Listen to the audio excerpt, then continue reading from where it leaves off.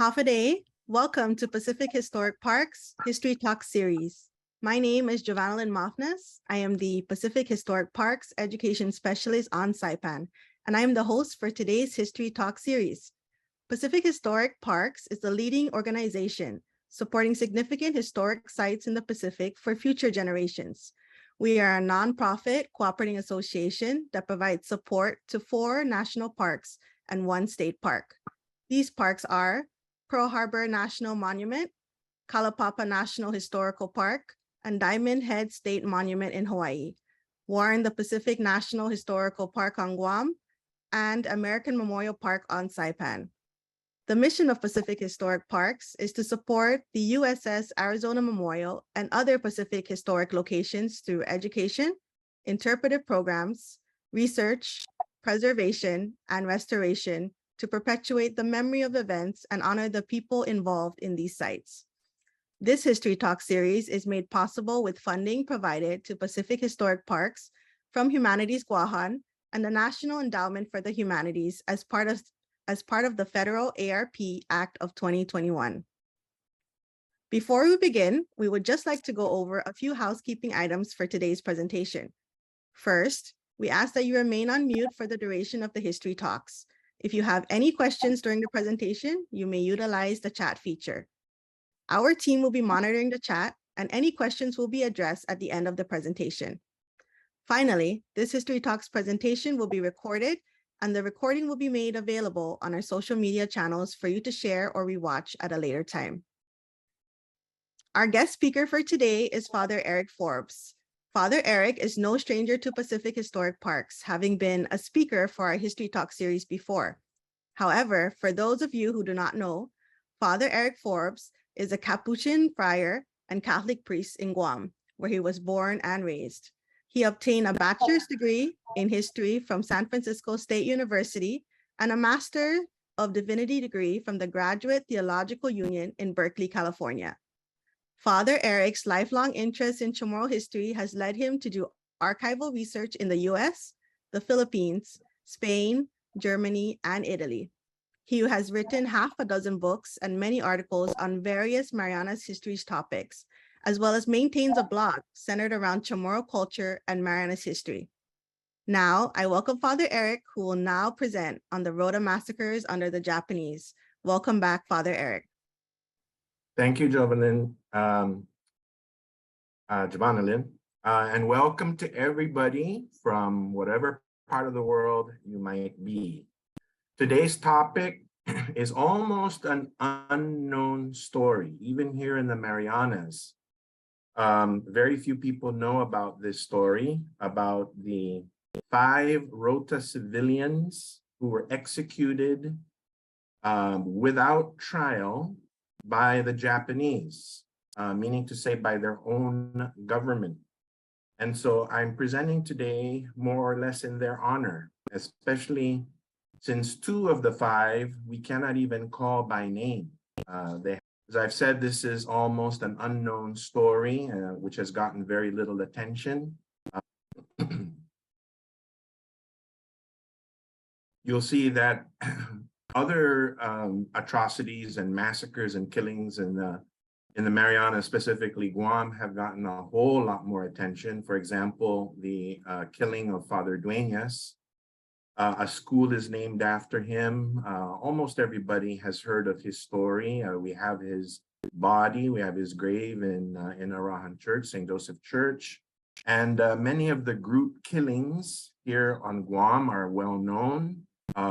Baja and Tinta Cave in Maritzo, and there's also the Fena massacre, and more recently discovered and now memorialized is the Saguian massacre, and the photo on the right shows the dead bodies of Chamorros killed by the Japanese in Saguian. And all of these killings are memorialized every year by people who go to the sites. Families of those who were killed are in attendance. So these killings are very well known and receive a lot of attention. The 5 killed in Rota the opposite. Very little attention and very little is known among the general public about them. So I'm not going to assume that everybody listening knows where Rota is. So Rota, and in Chamorro we say Luta, so maybe I'll slip and say Luta, but Rota and Luta are the same place. It's a small island about 10 miles long, and it's about 50 miles away from Guam. And yet, if you draw a line in between those 50 miles in the water, Rota was under the Japanese at the time of, even before the war, and Guam was the one and only American possession in Micronesia before the war.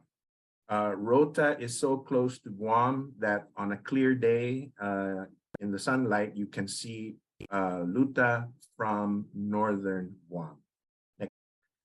So the 5 civilians in Luta who were killed included 4 Chamorros and 1 Spanish Jesuit brother. So again, I'm not going to assume that everybody understands what a Jesuit brother is. First of all, let's talk about a brother. Almost everybody knows what a Catholic priest is, but a Catholic brother is a bit less familiar to a lot of people. So just as you have women who become what we call religious, meaning to say they take religious vows, poverty, obedience, and chastity, and they live in a community, and they do all kinds of church work, but don't say mass or perform any of the sacraments, though that's the job of a priest. In the same way, we have males who also become religious and take the 3 vows, poverty, chastity, and obedience, and live in a community and do all kinds of church work, except the work of a priest, which are, to say mass and baptize and all the other sacraments. So they are called brothers. And the different communities have different names. Many times they're named after the saint they follow. So the Franciscans are named after St. Francis, whom they follow, the Dominicans after St. Dominic, and so forth. The Jesuits are the largest male religious community in the church.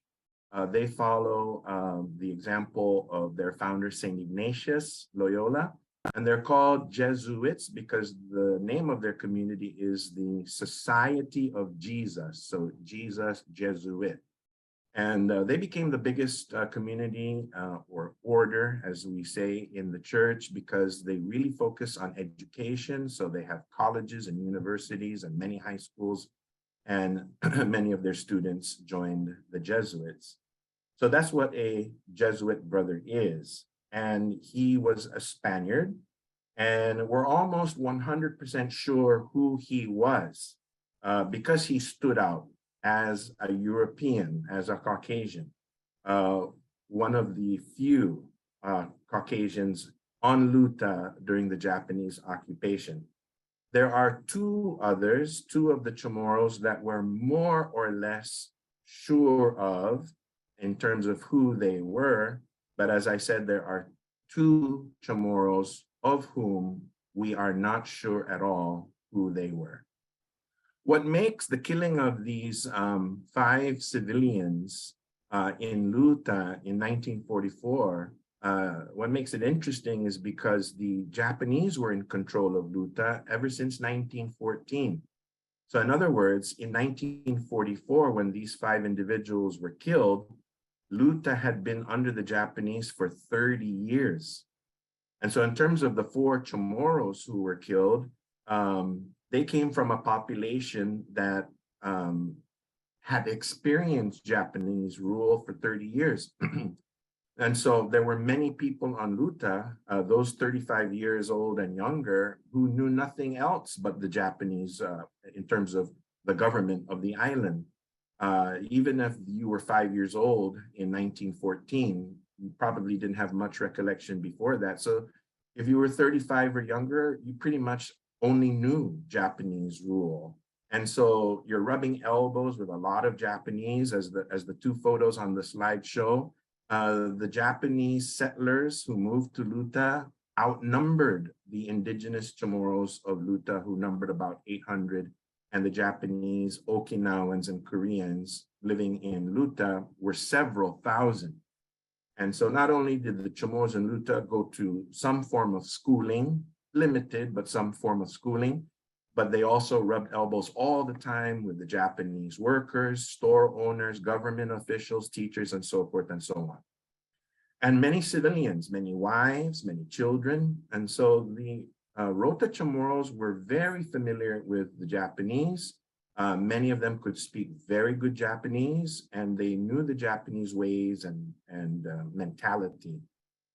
And so some you could even say were very friendly and very cooperative with the Japanese, almost as if to say some of these Rota Chamorros supported the Japanese cause. Some of them were interpreters sent to Guam because they understood both Chamorro and Japanese. They could be sent to Guam, where the Chamorros, by and large, did not understand Japanese and only spoke Chamorro and English. And so the Chamorros from Saipan and a few from Rota were sent to Guam as interpreters. So who would care to worry about the loyalty of the Rota Japanese during the occupation? And yet the Japanese were very worried about the loyalty of the Rota Chamorros. Now, some possible causes for this worry could be that the Japanese, perhaps, at least some of them, detected in some way or other, maybe some disappointment, perhaps even resentment on the part of some Rota Chamorros that a few years before the war, actual warfare started, the Japanese evicted the Chamorro residents of the one and only village, Songsong, and moved them to Tatotsuk, a few miles up the road, in a brand new village built with the Japanese support to isolate the Chamorros and the Catholic missionaries. And the Japanese even built a new church for the Spanish missionaries, as if to isolate the Chamorros from Songsong, which was the one and only town and where the Japanese were as well. And I can imagine that some Rota residents would have preferred to stay in their own native town. The Japanese, of course, had the first grab of whatever food was available. So that could have been a cause of resentment. And some of the older residents of Rota did have some awareness and even experience of something other than Japanese rule. There were some older Chamorros on Rota who were actually born and raised on Guam. There were some Rota Chamorros who had relatives in Guam, and which justified them going down when travel, inter-island travel, was still permitted, to go down to visit their relatives on Guam. And they were familiar with the Americans in Guam and could see the differences between American rule and Japanese rule. And there were even at least 2 Rota older males who had American-style tattoos on their bodies because they had been elsewhere outside of Rota. I believe one had been a whaler long before the Japanese came to rule the Northern Marianas, and on his whaling trips got a tattoo. I think maybe even the American eagle, the bald eagle. And so these could have all given some Japanese cause to wonder whether Rotanese loyalty towards Japan was as firm as they perhaps had hoped it would be. That plus the reality of war, when the cannons and the bombs exploding are no longer just something you read in a newspaper or a report, but something you actually hear, then you start to worry. And so the reality of war produced a kind of paranoia in many of the Japanese. This paranoia was fueled by the fact that the Japanese in Rota knew that things were not going well for their cause in Saipan. So Saipan fell to the Americans in July 9th of 1944, but the battle had begun earlier, June 15th of 1944, and even prior to that, the Japanese could see the passing American ships, and eventually the American ships would surround Saipan, as they did Guam as well, and have a pre-invasion bombardment period. American planes would pass by, sometimes strafe whatever they found moving on land, some bombs. Japanese ships were vulnerable to torpedo attack in the waters around the Marianas. So all of this was felt and known by the Japanese in Rota. So as early as January, February, March of 1944, the Japanese were already preparing for an eventual American invasion of the Marianas. They already knew that the Americans were in Micronesia the prior year. They had taken over the Marshall Islands. The Japanese knew that the Americans were not attacking every single island in Micronesia. The Americans had decided long before that they weren't going to do that. It would have slowed the eventual conquest of the Japanese mainland to do so. So instead, they adopted the leapfrog strategy of taking the strategic islands and leaving the other islands alone until the end of war. And so the Japanese prepared. They knew that the Marianas were definitely of strategic value to the Americans. So as early as January, February, March of 1944, troops from Manchuria, battle-hardened troops who knew the hardship of war, of battle, were moved to the Marianas to prepare for that invasion. A very palpable experience of the American threat felt by the Japanese. One example of that would be the SHOUN MARU, a cargo ship. It was not even a military asset. It was a cargo ship transporting phosphate. The Japanese mined phosphate in Rota. And on the picture, in the picture on the left, you can see at the top right-hand corner what is believed to be the phosphate factory on the shore there of Rota. And the SHOUN MARU, that ship, was there to haul, as part of its cargo, the phosphate and bring it to Japan. Well, that was torpedoed in June of 1944.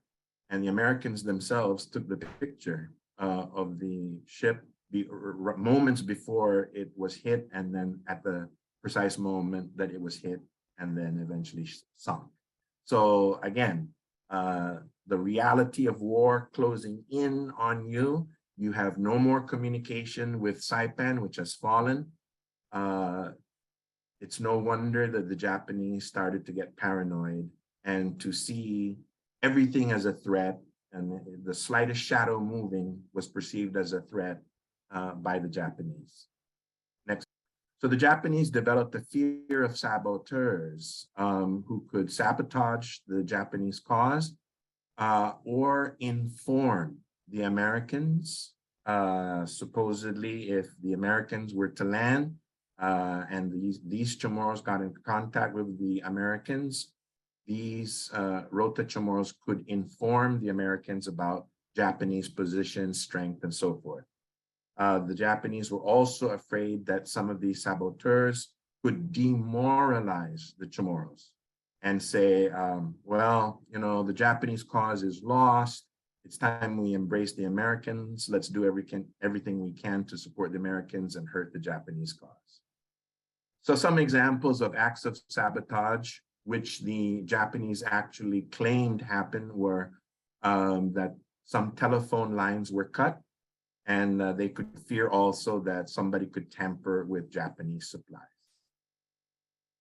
And as mentioned, they were also afraid that civilians on Rota could communicate with the enemy. And some of them claimed that they actually found signs that somebody was trying to communicate with these American planes flying or ships passing by.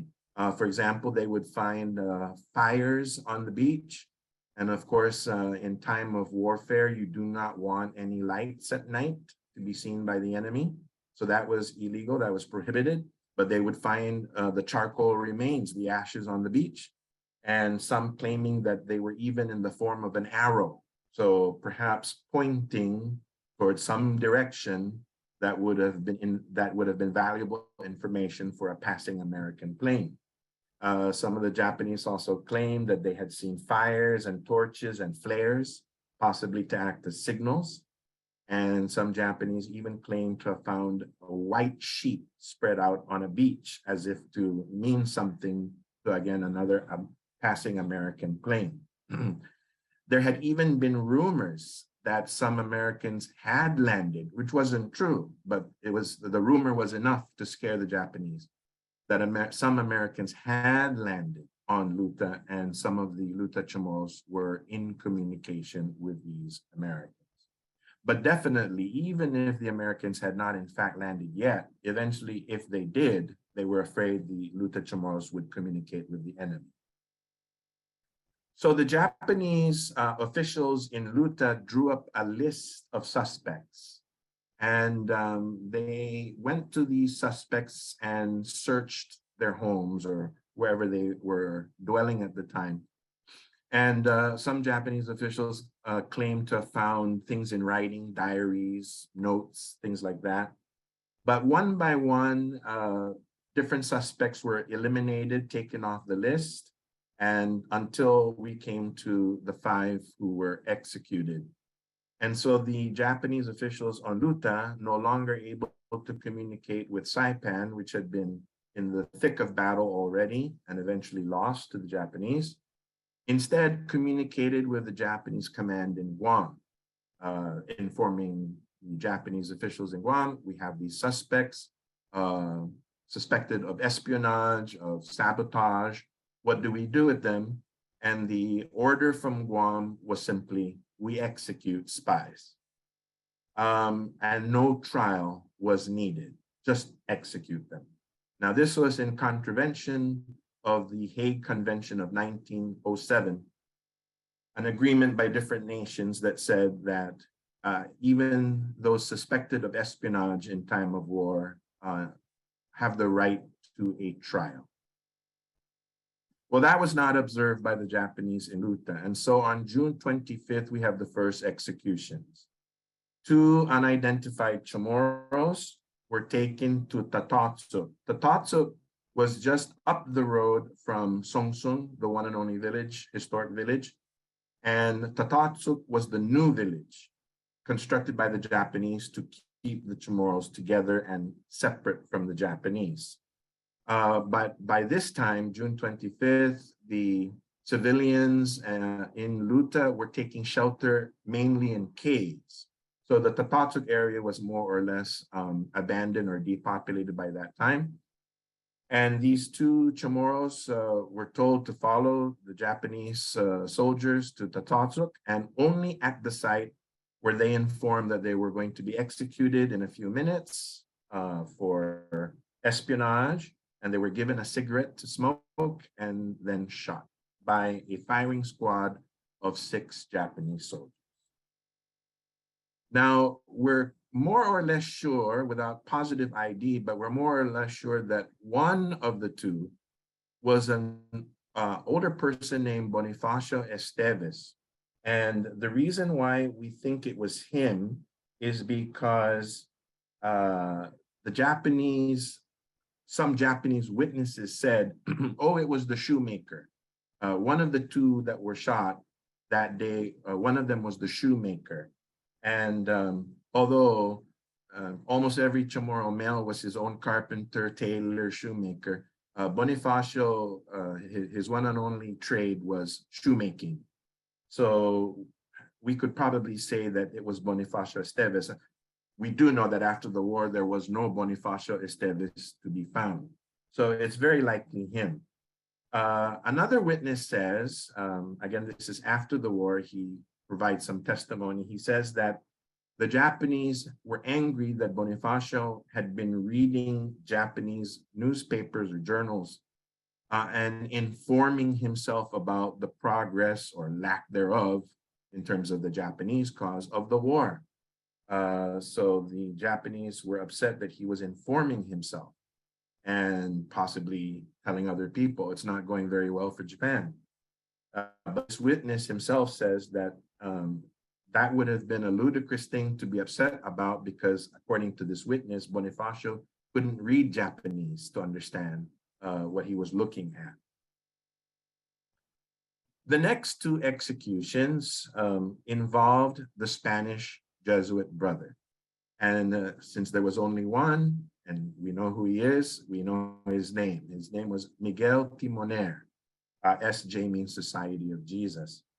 The brothers were sent to the missions along with the priests because whereas the priest focused on the spiritual work and the teaching work and more of that kind of labor, the brothers usually excelled in one or more trades. So they were the carpenters, they were the electricians, they helped build the chapels with their own hands. So they were the workers.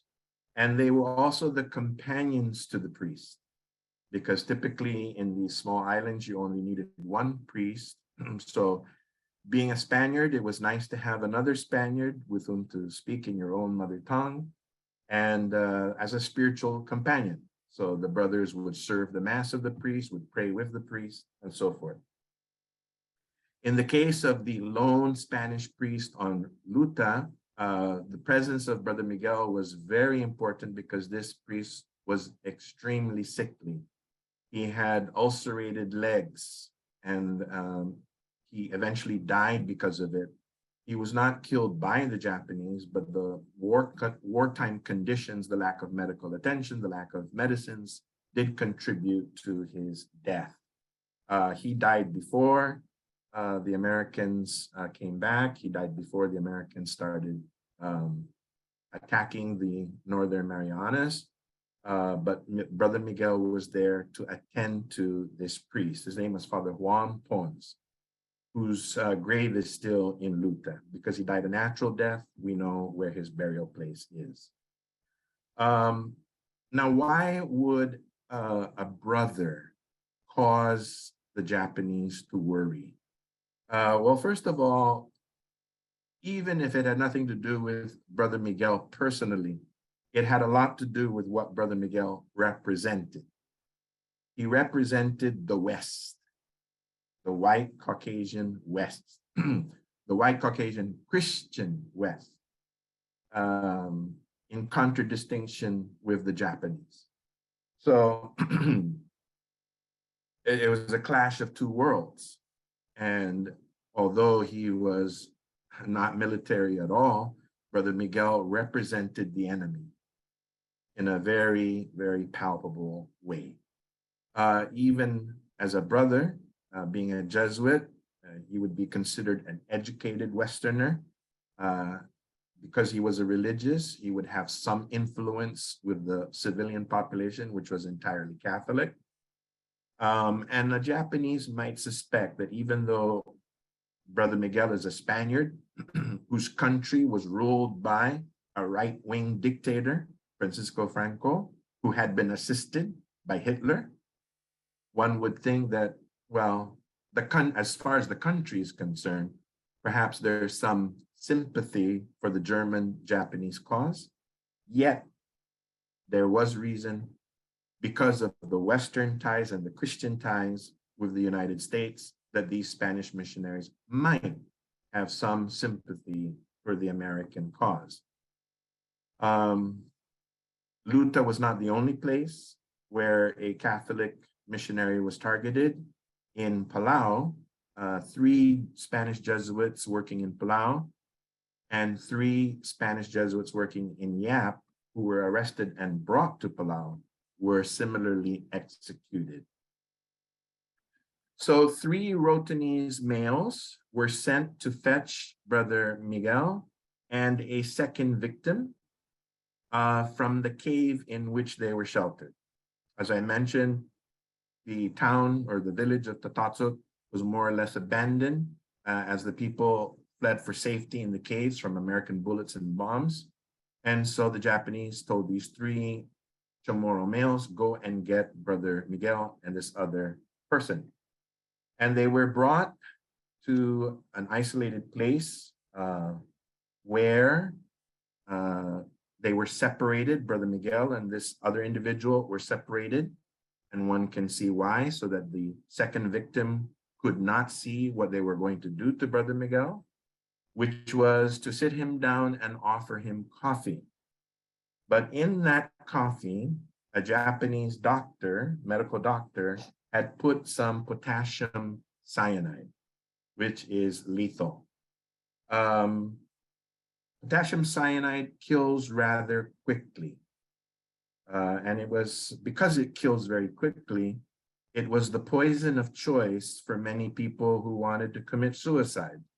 Many Nazis who were either ashamed of their defeat or wanted to avoid being humiliated by being tried and convicted and serving time under the Allies, committed suicide by ingesting cyanide. The most famous, I think, would have been Hermann Goering, but even Goebbels and other high-ranking Nazis did the same. Suicide by cyanide. Even as recent as 2017, someone found guilty of war crimes in the war in Bosnia.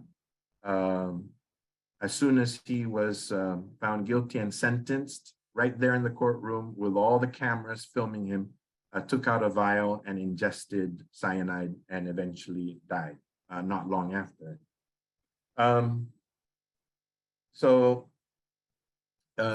Brother Miguel was offered this coffee. He had no idea, of course, that cyanide was added to the coffee. But as soon as he took his first sips, he had a reaction. So we know that cyanide can have a bitter taste. Was it that, or was it maybe the burning sensation as the poison coffee went down his throat? Whatever it was, he had a reaction, so he stopped. He put the coffee away. But he had swallowed enough to already be injured by it, and who knows, maybe could have died from it eventually. But he was writhing in pain, clutching his stomach, and he had fallen back. And so they didn't know exactly what to do. They knew they couldn't force him to drink anymore. So somebody went to ask for further instructions, and the orders were to finish him off. It was considered an act of mercy. He was going to die eventually, just end it quickly.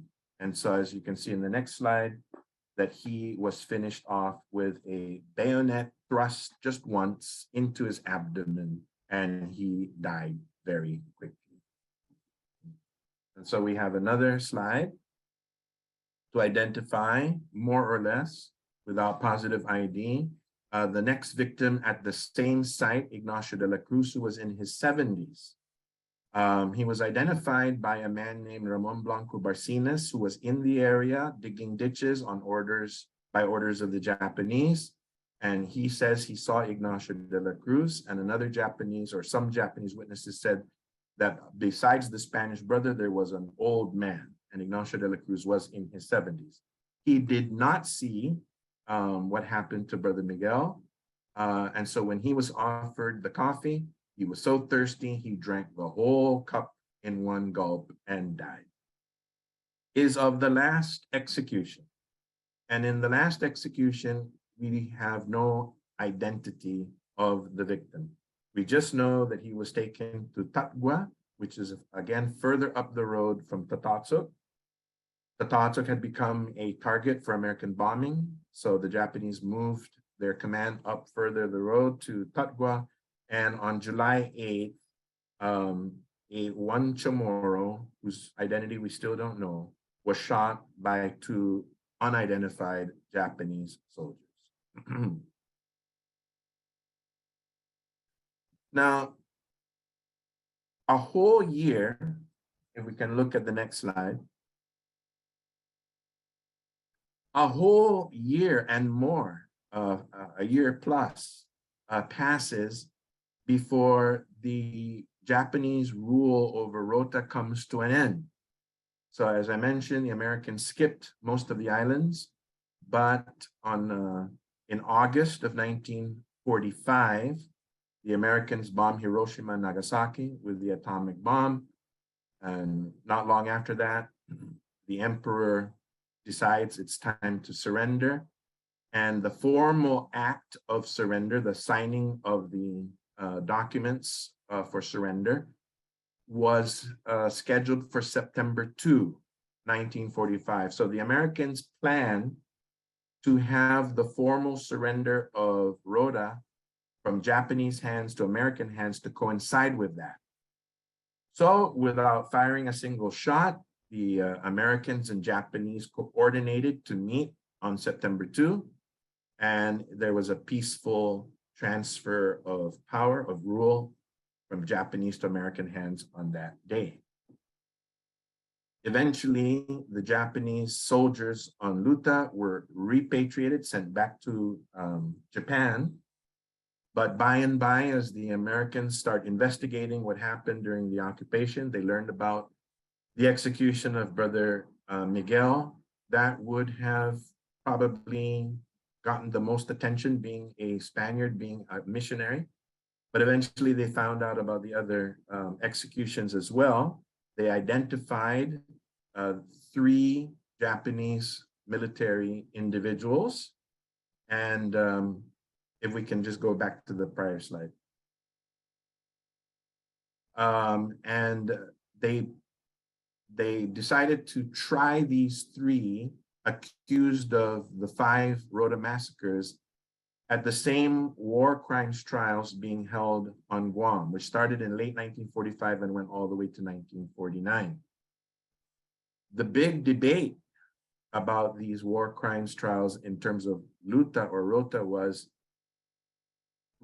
was not under American jurisdiction in Rota in 1944. So were the Japanese soldiers and in Rota obliged to follow American law in 1944? And the defense argued that no, they were obliged to obey Japanese law.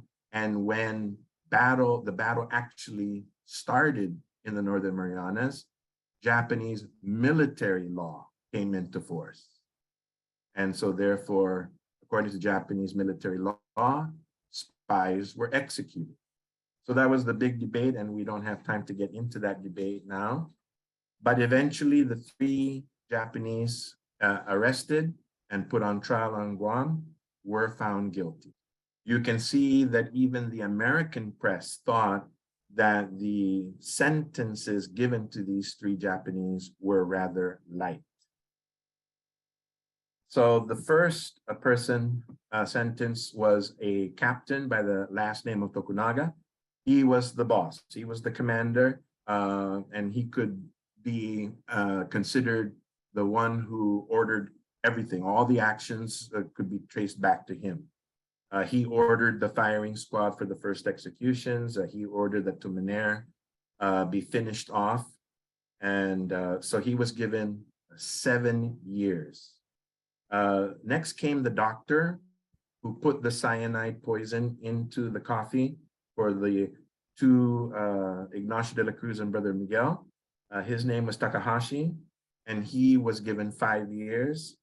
And the soldier who thrust his bayonet into Brother Miguel to speed up his death, his last name was Koyama, and he was given 1 year.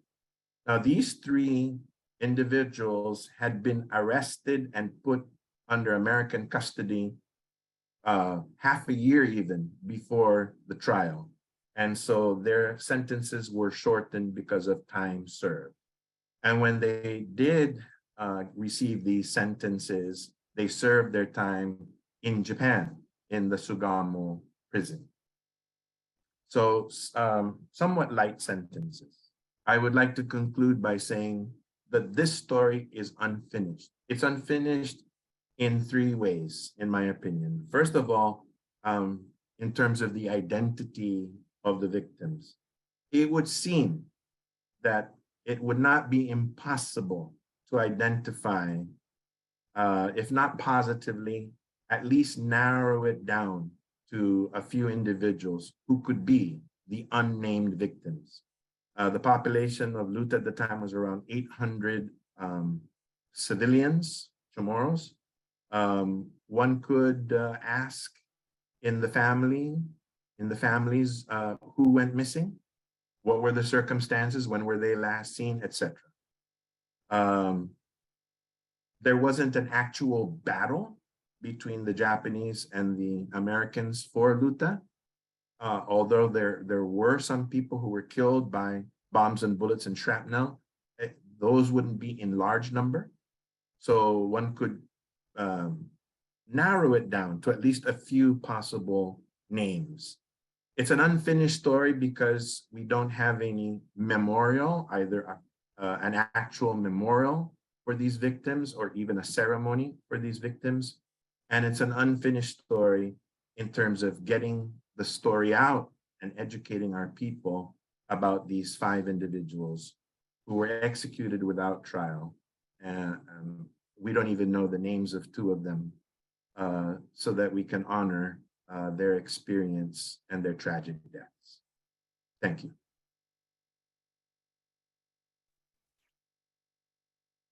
Thank you, Father Eric, for your presentation. We will now open up for questions. Again, you may type your questions in the chat box and we will address them as they come in. Our first question is from Katie. Katie, would you like to unmute your mic?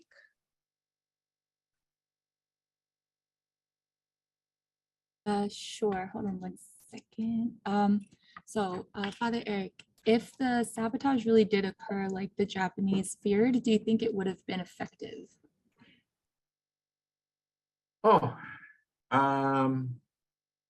No. I mean, effective in terms of demoralizing, yes. In terms of actually harming the war effort, I don't think so.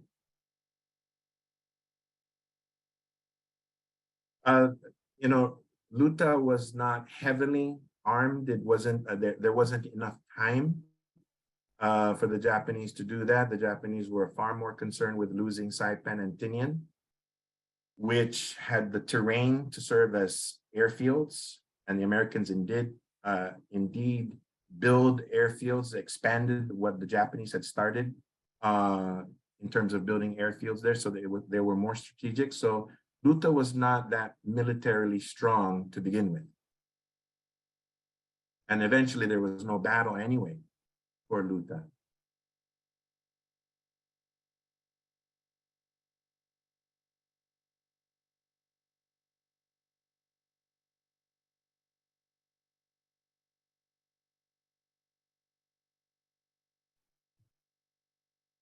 I see someone may have a question. If you can unmute your mic.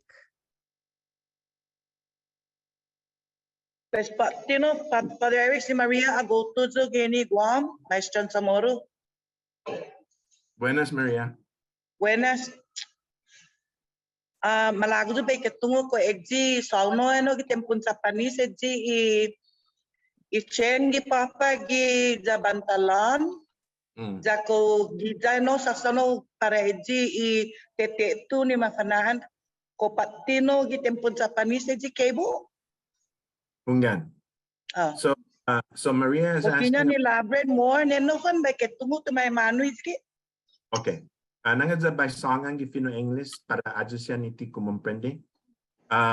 So Maria is asking about the train that is still found in Rota, whether it had something to do with Teteto area, and there was also the train was used for sugar plantations as well, and other agricultural products, and perhaps even the phosphate.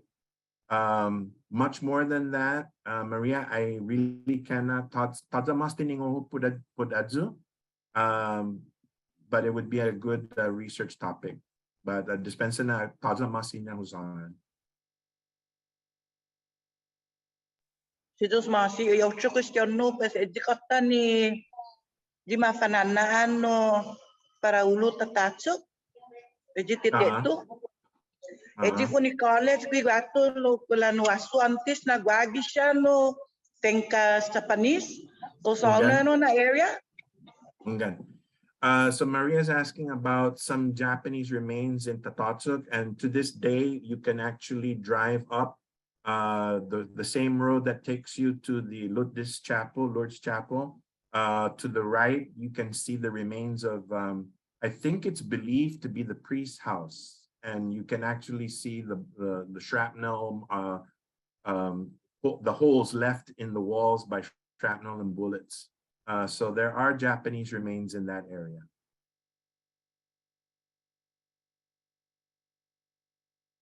Yo Turkish yo no eji para ulu gidam na area, eji ulu para college gidam. Gi antes na tempo mangay gigilok na man akto ki Japanese. Ileko na sinya sa dikiki lutanay zaman masaya mono nagwahalijan siyempre mausa para fanlihing. So the Japanese and the civilians probably utilized whatever caves were available as shelters. And the thing is, they were used as shelters even after the war, because we have many photos of both Japanese and Chamorros in these caves, with the clothes hanging and all their supplies and little kitchens and whatnot.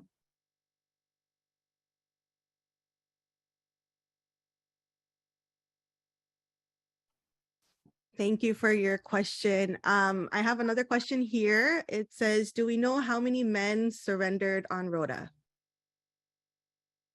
I'm assuming Japanese men. So the Japanese soldiers would have been around 2,000 or 3,000. I didn't bring the specific number with me, not anticipating the question.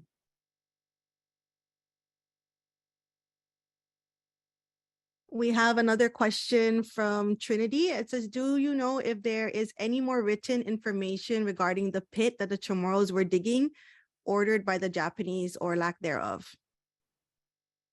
I'm assuming this is a pit in Luta. I've heard of it, but I haven't come across anything else. Just a mere mention of it. Okay, I think we have time for one more. It says, do you know of any plans for memorializing this on Rota? I do not, but it would be a great thing for the Luta community and the CNMI government to look into. Unfortunately, that's all the time I think we have for today. Again, if you have any questions, you're welcome to reach out to any staff from Pacific Historic Parks, and we'd be happy to forward your questions to Father Eric. On behalf of Pacific Historic Parks, Board of Directors, management, and staff, we would like to thank Father Eric and all of you who registered and participated in today's History Talk. This series was made possible with funding from Humanities Guahan and the National Endowment for the Humanities as part of the Federal ARP Act of 2021. Please join us next Saturday for another History Talks, September 17, 9:30, same time, featuring Gillette Leon Guerrero on The Family Historian, uncovering stories that bind coming of age in war-torn Guam. Again, thank you, Father Eric, for your time today. I think I echo everybody's thanks as well. And everybody have a wonderful weekend.